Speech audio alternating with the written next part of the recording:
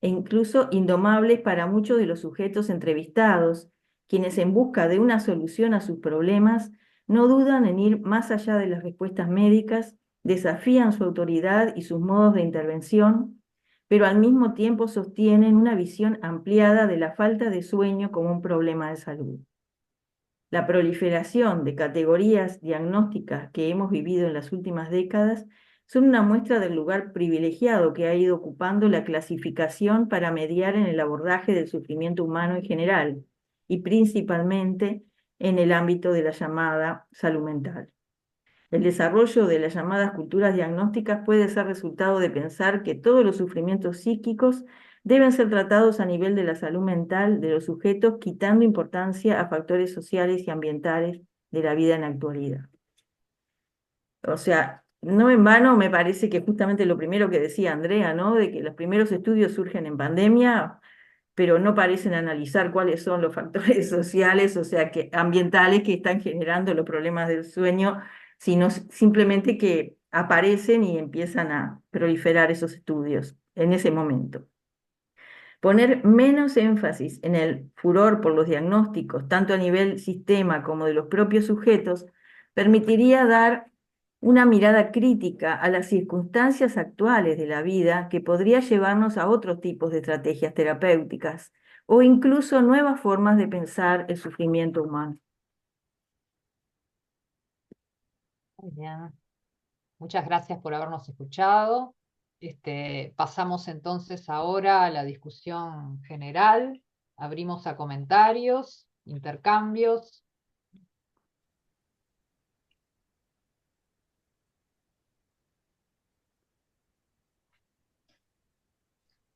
Eugenia. Perdón por esta cosa rústica de que no sé poner la manito ahí. Em,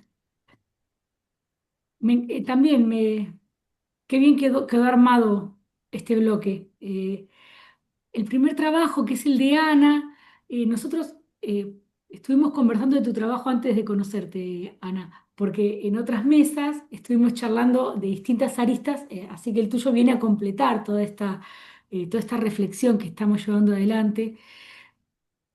Eh, por ahí no la desarrollo ahora, pero digo, gracias por haber estado acá porque viniste también a sumar algunos elementos de una charla que habíamos iniciado en otras submesas. Sí quería decir eso y bueno, no voy a extenderme mucho más. En cuanto a tu trabajo, Enzo, yo no sé si conoces una investigadora que se llama Paula Rodríguez Oya. Si la has leído, ella es de acá de Argentina y trabaja el tema del envejecimiento eh, de una manera muy amplia, la medicalización del envejecimiento. eh, tiene tiene varias instancias de su trabajo, pero es una recomendación que te hago por si te llega a interesar conocer sus desarrollos. Trabaja medicalización, biomedicalización. Ella viene de comunicación, fue en estos no le quiero decir linajes porque suena muy elitista. En estas genealogías fue la directora de tesis de Milagros en grado, que estuvo Milagros en la mesa anterior. Ella la dirigió y es muy rigurosa, hace unos, hace unos trabajos bárbaros. Así que si te llegara a interesar algún trabajo en particular, cualquier cosa, pregúntame y vemos cómo lo conseguimos, porque realmente es difícil encontrar estudios como el que haces vos, que no tengan, digamos, una lectura asistencialista respecto ¿no? Como de hay que cuidar a los viejitos, ¿no? Esa cosa así, ¿no? No me parece. Eh, pero bueno. Y después, para no demorar mucho, ¿no? Después entra todo el bloque de una serie de ponencias que para mí están totalmente articuladas y tanto Gabriela lo plantea para niños, niñas, niñes, como en el último tramo lo mencionan Andrea y Nancy con respecto a los problemas de sueño. Pero también Jorge, hablando de la resistencia o de la multiresistencia o de la farmacoresistencia y el aporte mínimo que hice yo con esto, para mí lo que hay, y me tengo que remitir al trabajo de Sandra de 2010 sobre depresión, en todos hay una, una reflexión acerca Es una reflexión en dos tiempos, ¿no? Y esto Sandra lo marcó para depresión, pero aparece también en insomnio, aparece también en TDAH cuando lo sugirieron ustedes, y en los ansiolíticos en general.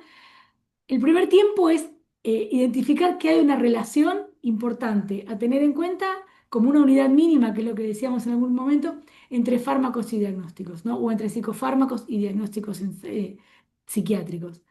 Pero que esa unidad mínima sea importante de analizar no quiere decir que haya un acople perfecto entre los dos.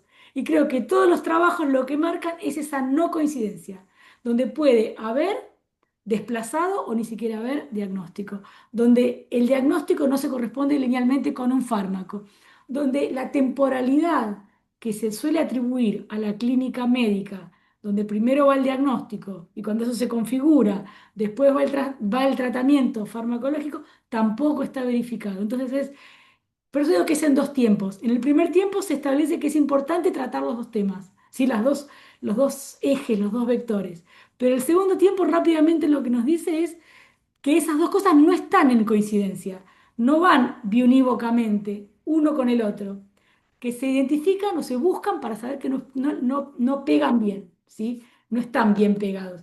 Eso la primera vez que yo lo leí fue a partir del trabajo de Sandra sobre la depresión, que planteaba esto, que los diagnósticos de depresión, como no hay un marcador biológico, como no hay un parásito o alguna cuestión que pudiese ser identificada por laboratorio, muchas veces era el fármaco y la respuesta al fármaco lo que terminaba de delinear un diagnóstico.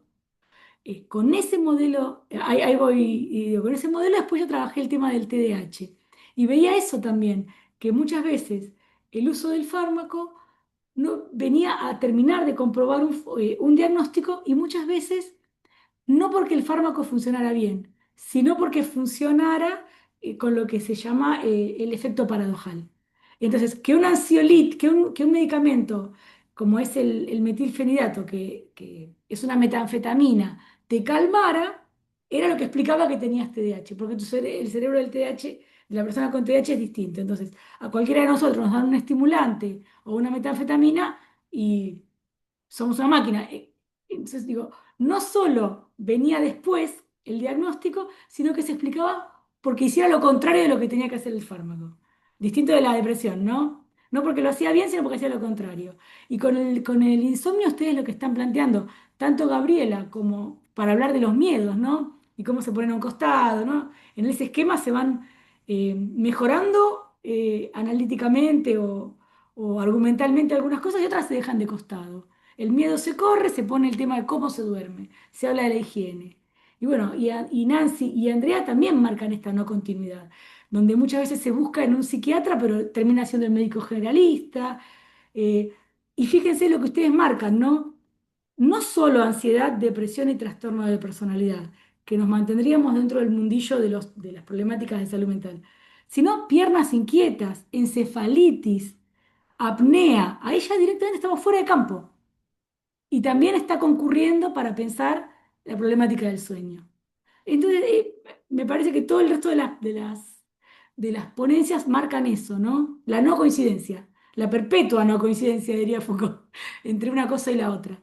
Pero solo quería mencionar eso. No sé si Ana quiere hacer algún comentario a lo que señaló Eugenia, Gabriela, Enzo. Están en espera lo que pasa Sandra y Nancy, con la manito levantada. Sí, ya sé, pero primero les Ah, estaba ta, dando la yo no sabía posibilidad cómo de hacíamos. responder. No sabía cómo hacíamos, perdón, Andrea. Les estaba dando la posibilidad de responder y después. Está bien, bien. De lo que traes, Eugenia, a mí me deja pensando muchísimo, porque no me dio tiempo de plantear además otra cuestión y es en particular en relación a los niños, el uso de la melatonina como como que no es un psicofármaco, pero a su vez encontré algunos textos de autores que plantean que en la medida en que no es algo nutricional y es un complemento que se introduce en el cuerpo, que tenemos que poder pensarlo, categorizarlo como un fármaco, ¿no?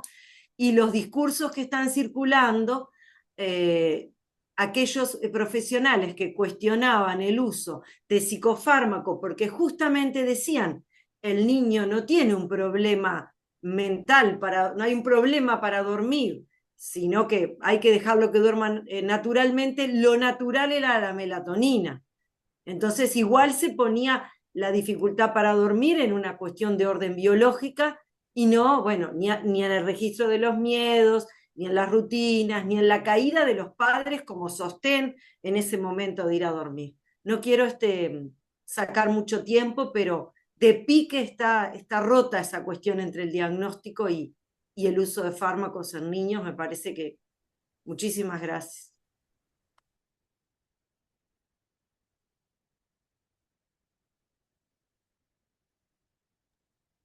É, bom, não sei se eu, às vezes fico com um pouco de dificuldade de entender o espanhol, tá? Então, é, não sei também se eu me faço entender às vezes, mas vamos lá.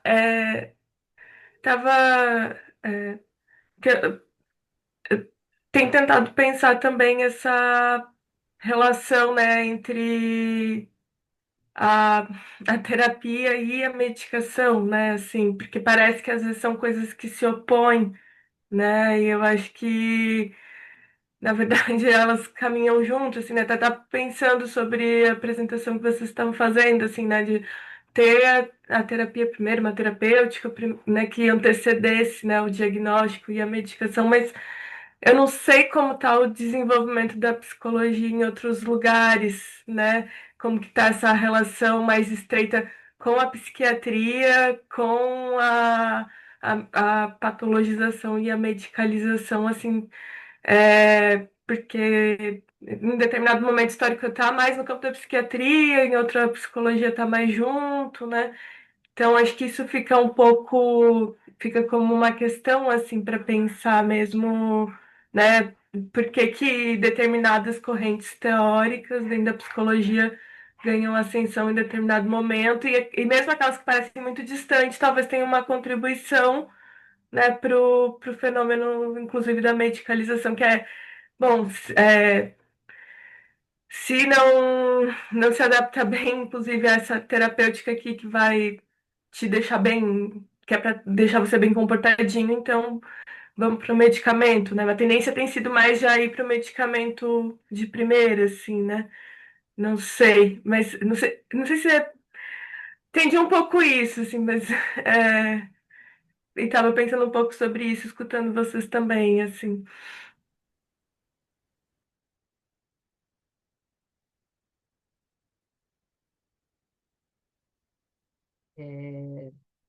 Si no hay más comentarios, pasamos a Sandra entonces. Gracias, Andrea. No, realmente sí, me gustó muchísimo el trabajo, los trabajos que presentaron, todos excelentes. No quiero ir uno por uno, pero em, todos han hecho contribuciones buenísimas. Ana coloca sobre la mesa un tema que es muy interesante, porque nosotros como que nos referimos mucho a a la psiquiatría y mucho a la farmacologización y poco al tema de qué pasa con el psicoanálisis. Y realmente el psicoanálisis en muchos sentidos, como Ana acaba de decir, puede también ser un aliado de la industria farmacéutica y lamentablemente está habiendo una formación últimamente, en los últimos años, que va en esa dirección. Entonces me parece muy bueno el trabajo que destaque eso que no estamos mirando, ¿no? Que bueno, por lo menos estamos mirando menos que dando tanto énfasis a la psiquiatría. El trabajo de Enzo sobre el viejismo me parece genial y aparte súper importante. Es un tema que probablemente en América Latina se trabaja un poquito menos porque nosotros tenemos una población de ancianos menor que en Europa, pero en Europa es un tema muy, que está entrando mucho en la universidad y que es un tema muy interesante y me pareció que Enzo lo está abordando de una manera crítica fantástica a partir de este tema bueno, de los problemas que trae y la marginación, el estigma y la medicalización. El trabajo de Gabriela es fantástico. Yo había escuchado a Gabriela en otra oportunidad cuando ella presentaba, había hablado sobre el tema de la medicalización, pero no tan centrada en el tema farmacia. Entonces, el hecho del uso de los medicamentos, yo no sabía, no me imaginaba que los chicos tomaban melatonina, así que me parece que es una contribución muy original y muy importante. Toda la discusión que hace Jorge sobre farmacoresistencia, me parece que es un núcleo interesantísimo de análisis, ¿no? Porque la farmacoresistencia al mismo tiempo está colocando una falla, una ausencia, una derrota de la psiquiatría. En muchos casos la farmacoresistencia, yo lo que he visto es que también se critica o se aborda a partir de la genética. Se dice, esta persona es fármaco-resistente, entonces vamos a hacer estudios genéticos para ver si entonces, ¿por qué que no está respondiendo a los medicamentos? Y bueno, y ya he escuchado varias depoimentos, varias personas que dicen que no, yo realmente soy resistente a los tratamientos porque es un problema genético. Bueno, esta es la nueva moda que me parece interesante abordar. Bueno, el trabajo de Eugenia yo ya lo conocía, me parece excelente porque es impresionante cómo las benzodiazepinas están con un auge impresionante y pensaba un poquito en el trabajo de Mili, ¿no? Cómo es que esta cosa de pensar en una cuestión de tipo cultural mucho más amplia, cultural, educativa, como las benzodiazepinas, particularmente el clonazepam, están entrando en nuestra vida cotidiana. Es tan normal escuchar a alguien que cuenta, no, si yo tomo clonazepam, o en la televisión, o en una serie, es muy naturalizado y bueno, y eso va a llevar a ese crecimiento. Y el trabajo de Nancy y Andrea realmente, bueno, es excelente y para la única que yo quisiera hacerles una pregunta, que ustedes van a trabajar este tema de los medicamentos Z, este problema de los opioides. Hay hasta series de televisión, por ejemplo en Netflix, hay una serie excelente sobre solpidez, ¿no? Cómo es que muestran los problemas de los efectos adversos de los opioides, que son terribles y son dramáticos. Y tomarlos para dormir es un contrasentido, parece, como una cosa que tiene tantos efectos adversos se toma para una cosa tan simple como es no conciliar el sueño, que, en fin, se podría pensar en conciliarlo de otras mil maneras diferentes. Entonces yo quería saber si en el estudio que ustedes están haciendo aparece mucho este elemento de los efectos adversos de la droga. Por ejemplo, la dependencia. ¿Qué pasa cuando esta gente deja de tomarla? Y hacer un comentario muy breve. Mi marido se hizo una cirugía muy tonta, una cirugía de estas de nada, de una cuestión de una muela, ponerse y le dieron Solpidem. Yo dije, no tomes esto. Para ir a hacerse la cirugía se tenía que poner eso, tomar 3 días antes. Bueno, ahí no lo tomó, pero quiero decir, se banaliza y se toma para cualquier cosa, hasta para una cirugía dentaria, mínima. Bueno, en fin, era eso que quería colocar. Gracias, Sandra. Un detalle, así ya te respondo brevemente y pasamos que Nancy también quiere hablar. Los solpidem no son opioides, son más de la familia de los medicamentos benzodiazepínicos, pero tampoco son medicamentos benzodiazepínicos, y sí tienen efectos secundarios y sí aparecen en las entrevistas muchos de los efectos secundarios, que no pusimos el énfasis ahora en esta presentación. Lo que aparece mucho viene a ser como los estados de disociación que produce el medicamento cuando las personas se lo toman antes de dormir, y no se van a dormir inmediatamente, tienen un estado similar al sonambulismo, donde hacen cosas que luego no recuerdan haberlos hecho y que en algunos casos llega a tener expresiones un poco más preocupantes porque llegan a tener alucinaciones, y sensaciones bastante extrañas. Y bueno, de eso tenemos bastante registro. Tienen Pero, material, sí, buenísimo. sí, porque sale. La dificultad es que a veces el sujeto no necesariamente lo vincula con el uso del medicamento, ¿no? A Claro. veces claramente sí, y otras veces no necesariamente. Y lo interesante son las balances que ellos hacen entre decir, bueno, tengo este tipo de efectos secundarios, pero en realidad este medicamento me permite dormir y yo necesito dormir, ¿no? Entonces ahí están estas explicaciones que se dan a sí mismos. Nancy, vos tenías la mano levantada. Eh, no, un poco, bueno, pensar, ¿no? ¿Por qué el no dormir es un problema, ¿no? Es un problema de la modernidad, es un problema por la necesidad de laburar a determinada hora. O sea, es un problema que en la Edad Media no se pensaba, o que mucho más adelante no se pensaba. Y en particular, esto que yo decía hoy, ¿por qué en la pandemia vienen los primeros estudios en Uruguay? No sé, puede haber muchas respuestas, pero la primera que a mí se me ocurre es la gente empezó a trabajar por Zoom, empezó a dejar de tener horarios. Entonces, yo cuando recién me jubilé, estoy jubilada, cuando recién me jubilé, yo contestaba correos a las 3 de la mañana sin ningún problema. A mí no me afectaba eso. ¿Por qué tiene que afectarme tener que dormirme a tal hora o despertarme a tal hora? Porque tengo que funcionar de determinada manera de acuerdo a los requisitos de la sociedad. Entonces, otra vez estamos hablando, como hablamos en muchas de las presentaciones, de la carga en el sujeto de temas que son cuestiones sociales, ¿no? Cuestiones de la vida moderna.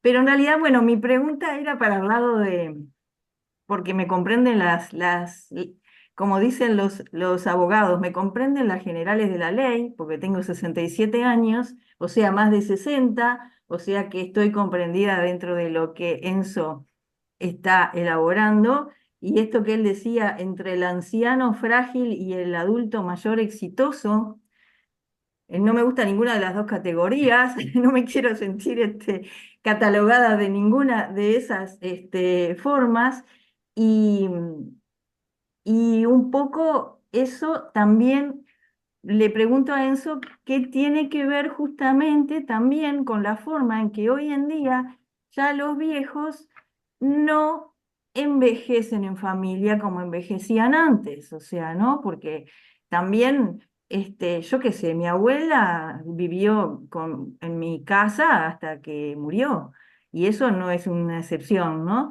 Hoy en día no es así y entonces hay que pensar qué hacemos con los viejos. Es un problema también de cómo vivimos hoy en día, ¿no?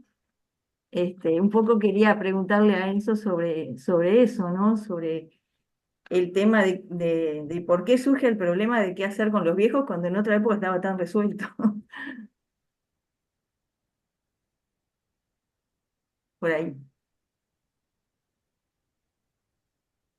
Bueno, aprovecho la pregunta de Nancy para agradecerle a Eugenia la gentileza de la sugerencia de esta académica. Yo la verdad que no la conozco, pero ahora seguro que la semana que viene, cuando nos encontremos, chusmeamos sobre eso, ¿no? Y lo mismo, agradecerle el comentario de Sandra, ¿no?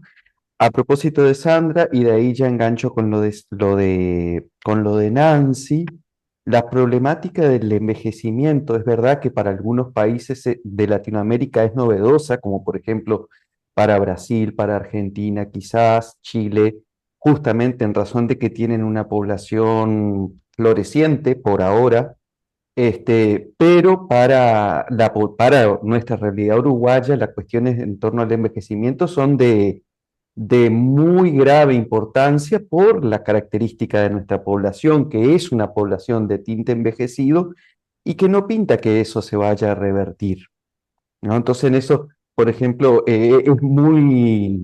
está muy presente porque nos toca muy de cerca. Pero claro, ¿no? Por eso decía, por ahora no toca Argentina, por ahora quizás no es tan relevante, pero se viene.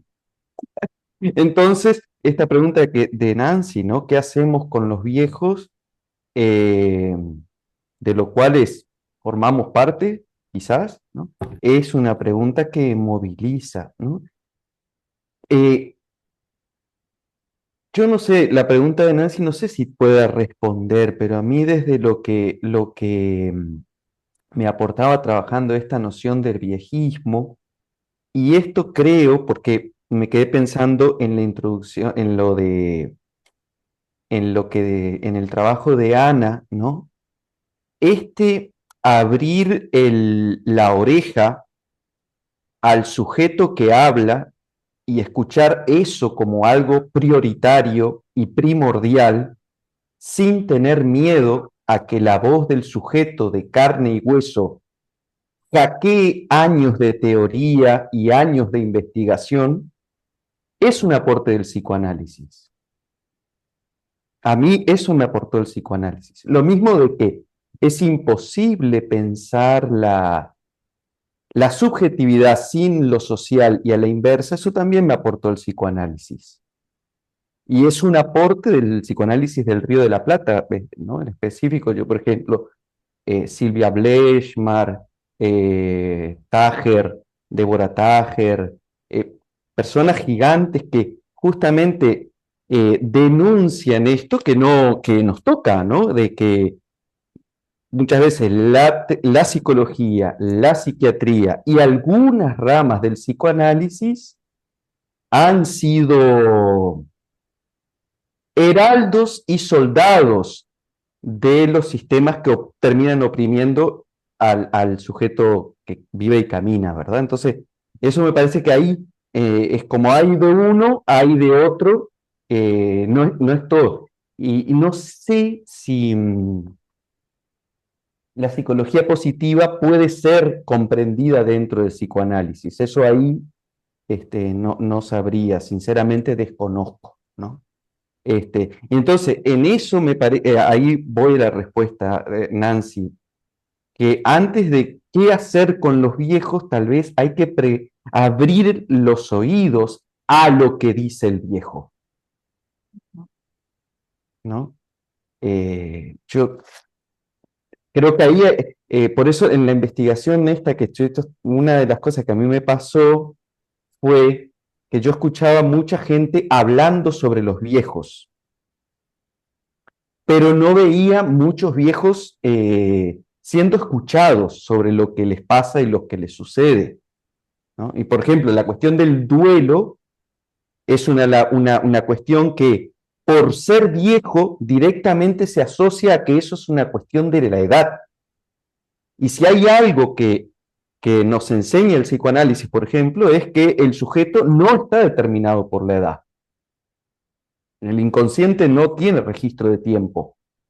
Entonces, que el sufrimiento de una persona que aparece vieja sea desestimada justamente porque se le ve con rasgos de viejo, ahí es lo que hace ruido, digamos, ¿no?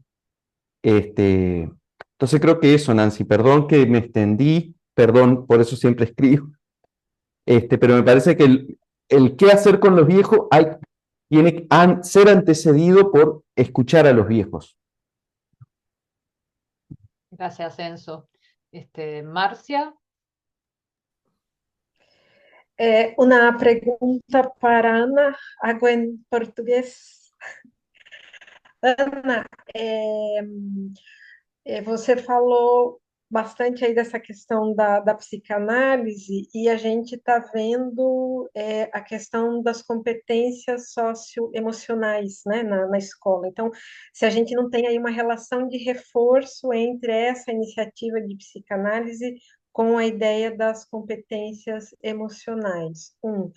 E dois, você falou de pensar esse desenvolvimento histórico da psicanálise no Brasil, mas eu acho que fica mais interessante para o seu trabalho você pensar a psicanálise, como propõe a Eva Illouz, mais como uma prática cultural do que como uma teoria mesmo, né? Então, pensar essas duas coisas, né? Psicanálise como efeito performativo e a psicanálise como a teoria ela mesma, como ela é tratada por psicanalistas e psicólogos.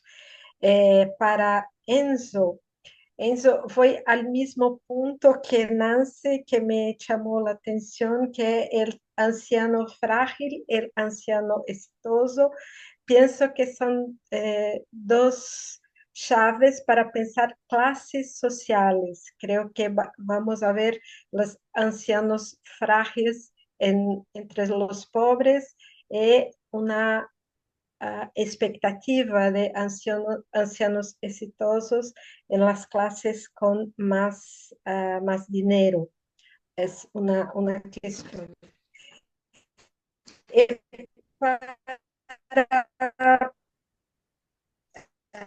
Jorge, muy interesante, Jorge, esa idea que para cambiar médico con tiempo, camas disponibles y la equipe que fuera capaz de aceptar la incertidumbre.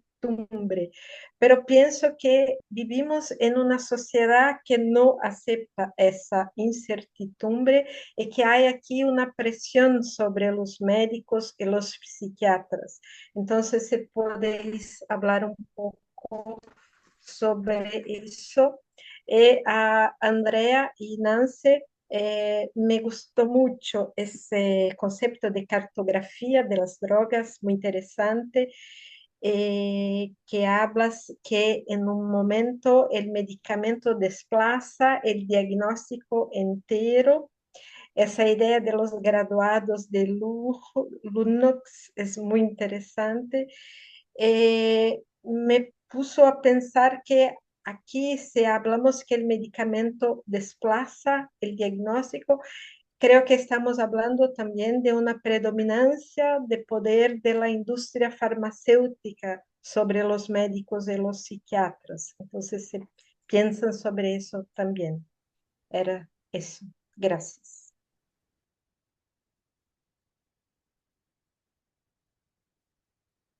No sé si quieren ir respondiendo en orden. Ana, que si quieres decir algo, Enzo, ¿quieren responder?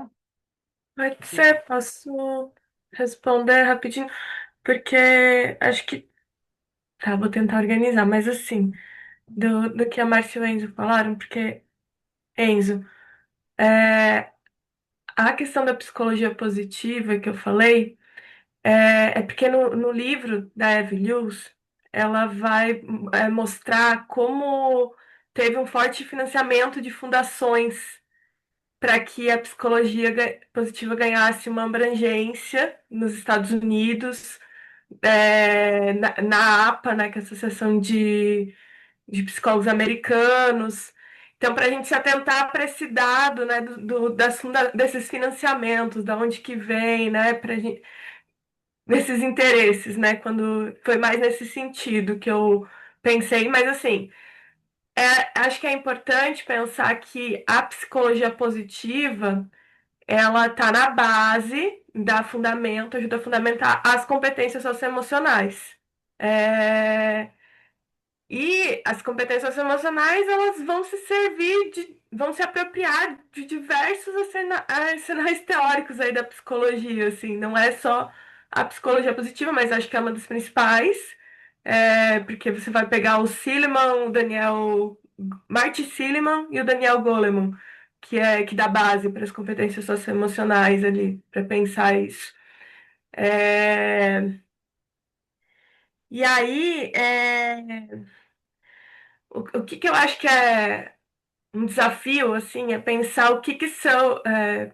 Aí, Márcia, eu não sei, assim, porque pensar as apropriações teóricas eu acho que é importante também, porque tem uma tese que saiu agora no Brasil faz pouco tempo, que virou livro, que é sobre a relação da psicanálise com a ditadura. É um livro de um pesquisador que se chama Rafael Alves Lima, que eu quero estudar ela também e tudo mais, mas porque ela traz assim um elemento importante para a gente pensar como se apropriou teve uma apropriação ali da psicanálise para práticas de tortura, para fazer uma certa patologização do comportamento de oposição, rebelde, entendeu? Assim, dizer que isso era uma oposição ao pai.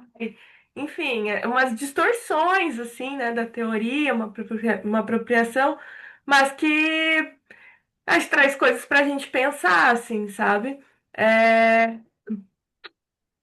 e aí, é, eu teria que ver, assim, pensar melhor isso do efeito cultural, assim, porque eu acho que, claro, né, acho que tem o que acontece lá nos Estados Unidos, que eu acho que é importante da gente pensar, porque os Estados Unidos, ele tem uma influência muito forte em como as coisas estão chegando pra gente, né? Tem uma americanização, assim, né, da vida, né? É, e as competências socioemocionais, é isso, é visível. Então, assim, é, e sabe o que que... Enfim, eu acho que o que eu consigo pensar um pouco isso, e também, assim, a relação entre medicação e alguma terapêutica no campo da psicanálise, né, que daí é outra coisa, não é terapia, mas enfim, mas ou de outras terapias que podem vir a se servir, né, da psicanálise ou pode ser outra coisa, essa relação, eu não sei se ela é uma relação direta, porque me parece às vezes que é uma relação de alternativa. Porque isso que vocês estão trazendo, né, de ter dados sobre o uso das medicações, dos benzodiazepínicos, que eu acho super importante. Eu acho que eu até perguntei uma vez na aula da Sandra, né? A gente tem dados sobre o que que é esse uso muito grande, principalmente para as crianças, de algumas medicações hoje e tudo mais, e a gente não vê isso sistematizado. Mas eu acho que isso é uma preocupação para quem domina, para a classe dominante também. O uso permanente de medicação e ter outras coisas, talvez que suspeito que pode ser uma preocupação para a classe dominante, ter outras coisas além da medicação, para manter as pessoas adaptadas e sob controle. Que pode ser uma. Entende? Que pode trabalhar no campo da contenção, que não necessariamente vão trabalhar juntos, enfim. Mas é isso, assim, que eu consigo dizer agora. Gracias, Ana. Este, con respecto a la pregunta que hacías, Marcias, ¿no? Del poder de las farmacéuticas en relación a este desplazamiento que hablábamos con Nancy, ¿no? Y esta noción de cartografía de las drogas, que es una noción de Jennifer Radden, que es una crítica literaria y filósofa, que habla de esto desde hace 20 años aproximadamente. Yo lo que creo es que la industria farmacéutica hace uso a piacere del diagnóstico, ¿sí? Cuando lo necesita, lo convoca, ¿no? Y eso es bastante claro, sobre todo en los elementos que despliega para las estrategias de marketing. Cuando necesita imponer un diagnóstico, lo impone junto con su droga. Y cuando necesita publicitar una droga para los usos off-label, se deshace de ese diagnóstico. Entonces, por eso me parece que la industria farmacéutica tiene y aprovecha la misma volatilidad que tiene el diagnóstico para los sujetos, de eso también se aprovecha la industria farmacéutica. Pero esto es una idea que lo acabo de decir pensando, no la respuesta para lo que tú señalabas, pero creo que por ese lado. Jorge tenía la mano levantada, ¿la sigue teniendo? Sí. Sí, justo tenía un comentario, digamos, a partir de varias de las intervenciones que se han dado. Todos los trabajos han sido, bueno, a mi juicio, muy interesantes y reitero una vez más el agradecimiento por la participación que me brindaron en esta mesa. Sí, yo tenía una cuestión, una duda que tenía o un comentario a partir de esta noción de cartografías que tanto mi trabajo de alguna manera implícita como tu trabajo y el de Nancy me parece llegamos a compartir, ¿no? Que es cómo finalmente lo que primero viene es el tratamiento y después va lo que vendría a ser el diagnóstico, ¿no? Eh, eh, Más o menos quisiera plantear una idea que puede ayudar a pensar quizás el lugar que ocupa a partir de esto la psiquiatría dentro del campo médico, ¿no? Ya quizás de manera general. Muchas veces se presenta como una especialidad más, pero en la práctica creo que funciona de forma residual. Es decir, cuando una persona tiene un síntoma y no se encuentra una causa biológica clara, entonces lo que generalmente se hace es considerarlo un problema psiquiátrico, ¿no?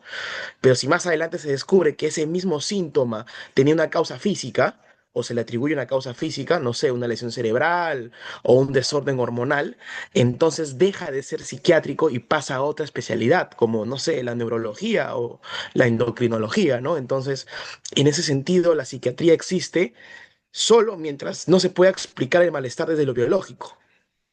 Y por eso se dice, por lo que tengo entendido, es que si es que algún día la psiquiatría tuviera biomarcadores para todos sus diagnósticos, dejaría de ser psiquiatría tal como la conocemos hoy, ¿no? Y aquí viene la paradoja, porque lo biológico, lo material, o por lo menos las atribuciones materiales, físicas, sí aparecen, en la psiquiatría, pero no como una causa comprobada, sino como un efecto, ¿no? Y ahí entran los psicofármacos. Los psicofármacos generan transformaciones materiales reales en el cuerpo, ¿no? Afectan el sueño, el apetito, el ánimo, ¿no? Es decir, la biología no aparece como punto de partida, sino como una consecuencia de la intervención que se hace.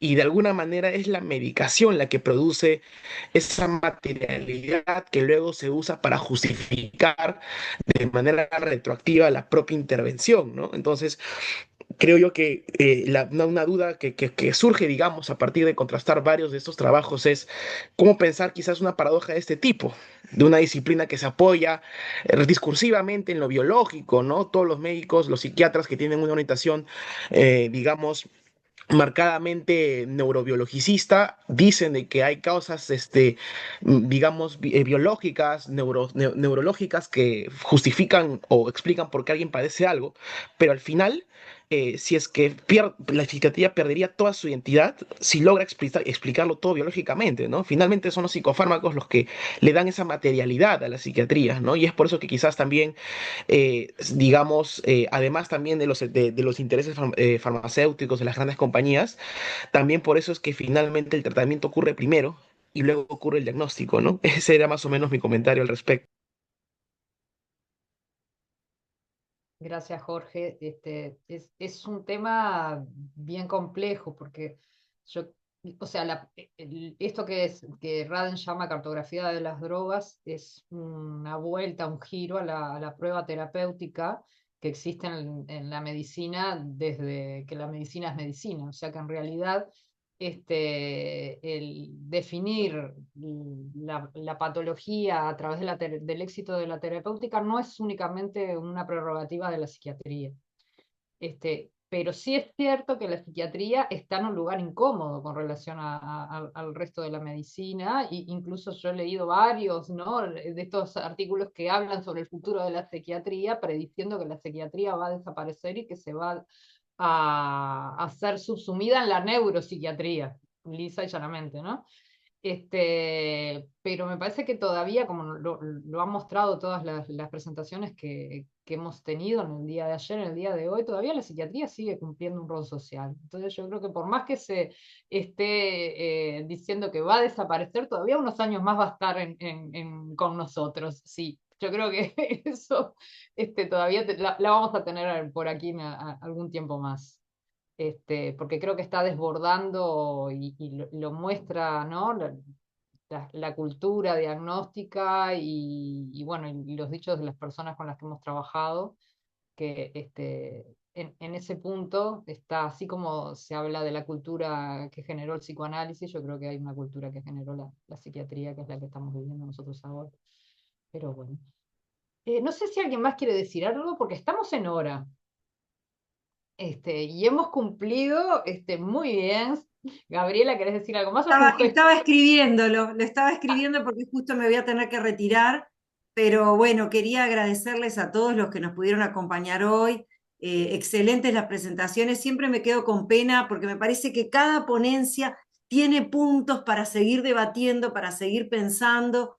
Me parece que hay muchas líneas de acuerdo, también hay muchas líneas que nos sitúan en puntos distintos. No puedo evitar decirte, Ana, que soy una ferviente apasionada del psicoanálisis y trabajo con pacientes del psicoanálisis. Y bueno, me parece que por lo menos contarte como una de las tensiones que quedan allí presentes, que hay distintas líneas de psicoanálisis y hay distintas maneras de hacer. Pero bueno, nada, también reconozco que hay muchos psicoanalistas que son afines al uso de psicofármacos y al aplastamiento de los sujetos, no lo podemos negar. Pero bueno, me parecía que era importante plantear eso. Obviamente con el trabajo de Nancy y Andrea, claramente no solo coincido, sino que el interés por el sueño vino como enganchado por el interés y el trabajo que ellas vienen realizando en el grupo, y los miedos se encontraron por allí con los sueños, y fue genial ese hallazgo que una tarde me acuerdo en la oficina con Andrea cuando dijimos, wow, pero los miedos, las pesadillas de los niños, hicimos ahí como esa conexión. Nada, Jorge, la primera vez que te escucho, me parece que está buenísimo lo que estás trabajando. Eugenia, las benzodiazepinas, nada, están ahí y siguen estando, es terrible. Viste que uno de los fragmentos que yo leía decía que benzodiazepina para los niños, o sea, no me daba el tiempo para contarles. Luego de toda una argumentación de que no hay que utilizarlas, bueno, pero un cuartito no pasa nada, ¿no? Entonces, me parece que da como para seguir hablando un montón. Y con Enzo ya seguiremos hablando para que se rían y terminemos con una sonrisa. En este momento que estábamos hablando de los viejos, en este momento tuve que apagar la cámara porque estaba mi mamá de 76 años llamándome, en este momento, de verdad, le acabo de avisar a Enzo, que le mandaron un link para que haga un pago en el celular. Así que lo voy a dejar, por eso voy a cortar, porque me voy a ir hasta lo de mi madre a decirle que por favor saque todas esas cosas, que no le responda más nadie. Y no Pero bueno, toque ningún link. que no toque ningún link, porque sí, ya, en este momento, de verdad, me reía, le digo a Enzo, ¿podés creer lo que me está pasando? Bueno, la seguimos mañana. Mañana nos seguimos La viendo en la seguimos mañana, la invitación entonces es para mañana a las 10 de la mañana y para también en la tarde, Excelente. porque va a haber sesión doble nuevamente. Tenemos. O sea que vamos a seguir viéndonos por este medio. Y bueno, les Excelente. agradezco verdaderamente a todos el nivel de las presentaciones y de los comentarios. Así que bueno, a Hasta descansar. mañana. Nos Hasta vemos mañana. mañana a todos. Un gusto. Obrigada, gente. Chao, chao. Luego. Bueno, gracias, chao, chao.